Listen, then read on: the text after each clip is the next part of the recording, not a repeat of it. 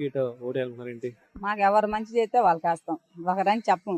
మాకు 5 సంవత్సరాల నుంచి బోరింగ్ ఏమంటే ఇట్లా నీళ్ళు వాటర్ ప్రాబ్లం అయింది. ఇంటి పట్టాలు 30 సంవత్సరాల నుంచి ఉన్నాం, ఇంటి పట్టాలు ఇవ్వలా, మాకేం లేదు. మా పింఛన్ తీసేశారు, 2 సంవత్సరాల పింఛన్ తీసేసి మమ్మల్ని పట్టించుకున్న వాళ్ళు లేరు. మాకు ఏ పథకాలు రావట్లేదు అసలు. 45 సంవత్సరాలకు కూడా మాకు ఇవ్వట్లేదు. ఇంటి పట్టాలు కొత్త ఓట్లు ఇస్తుంటే అక్కడ కూడా మాకు తీసేశారు.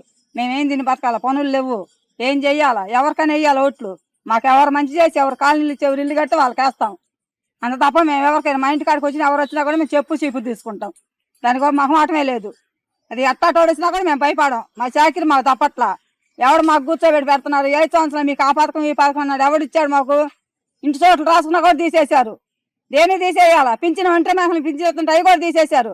మాకేముందని, ఏ వేస్తుందని 30 సంవత్సరాలు కొంపల్లో పడట్లం.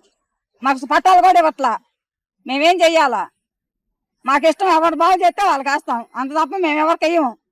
మా ఇళ్ళ కాడికి వస్తే మాత్రం మేము బూతులు, మా అమ్మ నా బూతులు తిడతాం. ఎవడు వచ్చినా కూడా మంచి చేస్తేనే మేము చేస్తాం, లేక చెయ్యము.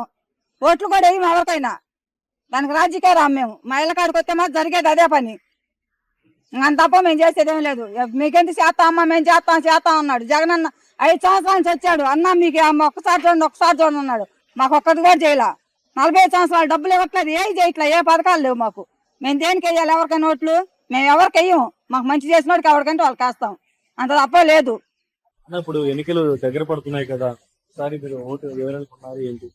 మేము జగన్మోహన్ రెడ్డి గారికి ఓటు వేసామండి. 2014లో జగన్మోహన్ రెడ్డి గారికి వేసాం, 2019లో వేసాం, 2024లో కూడా వేస్తామండి ఓటు. ఎందుకంటే 2014 నుంచి 19 వరకు మాకు ఏమీ జరగల. మాకు జరిగిందంతా ఈ 19 నుంచి 24 మధ్య జరిగింది. సంక్షేమ పథకాలు కానీ, పేద బడుగు బలహీన వర్గాలకు సంబంధించి మేము ఒక న్యాయబ్రాహ్మ వృత్తి చేసుకుంటా మాకు 40,000 రూపాయలు, 4 విడతల్లో 40,000 రూపాయలు పడినాయి నాకు. పోతే మా పిల్లలకి అమ్మఒడి కింద 15,000 రూపాయలు, అవి 4 విడతలు పడినాయి.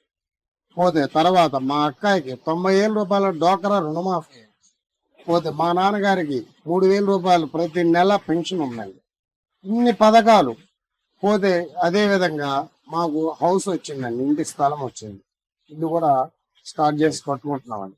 ఇన్ని సంక్షేమ పథకాలు భారతదేశ చరిత్రలో ఏ రాష్ట్రం తీసుకున్నా, ఈ 29 రాష్ట్రాల్లో ఏ రాష్ట్రం తీసుకున్నా ఇంత సంక్షేమ పథకం నా భూతో నా భవిష్యత్తు, ఇంత విధంగా ఏ ముఖ్యమంత్రి కని విని ఎరగని రీతిలో ఈ రకంగా ఈ రాష్ట్రంలో ఇటువంటి ముఖ్యమంత్రి మళ్ళీ రావాలి, మళ్ళీ ఇంకా మరిన్ని సంక్షేమ పథకాలు చేయాలని చెప్పి మేము మనస్ఫూర్తిగా కోరుకుంటున్నామండి.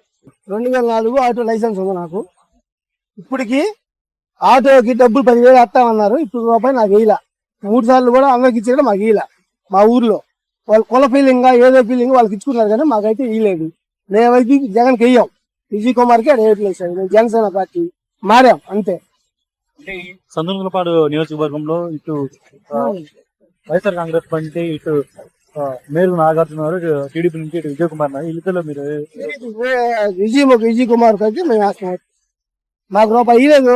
ఆటో వాళ్ళకి ఇచ్చామన్నారు, ఎవరికి ఇచ్చారు? ఫస్ట్ 2004 లైసెన్స్ నాకు చూపిస్తా, మొత్తం కాగితాలు ఉన్నాయి. ఆటో ఉంది, ఆడిపల్లి నాకు ఒక్కటే ఆటో ఉంది 2004 నుంచి. ఇప్పటికి వాళ్ళు ఇస్తామని ఎవరికి ఇలా, వాళ్ళకి వాళ్ళు ఇచ్చుకున్నారు, వాళ్ళ కులపాలకి ఇచ్చుకున్నారు, మాకైతే ఇలా. మేమైతే ఓటు వేయం.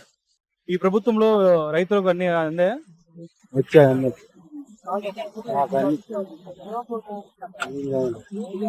అంటే ఈ వైసీపీ ప్రభుత్వంలో అభివృద్ధి లేదు అంటున్నారు కదా, మీరు అభివృద్ధి అయినప్పుడు ఎట్లా ఓట్లేస్తారు? బాగానే వచ్చింది, కొంతమంది రాలేదు అంటారు. నాకు పట్టుకు వచ్చింది బాగా ఇటు వరకు అనుకుని అన్ని ఇచ్చారు.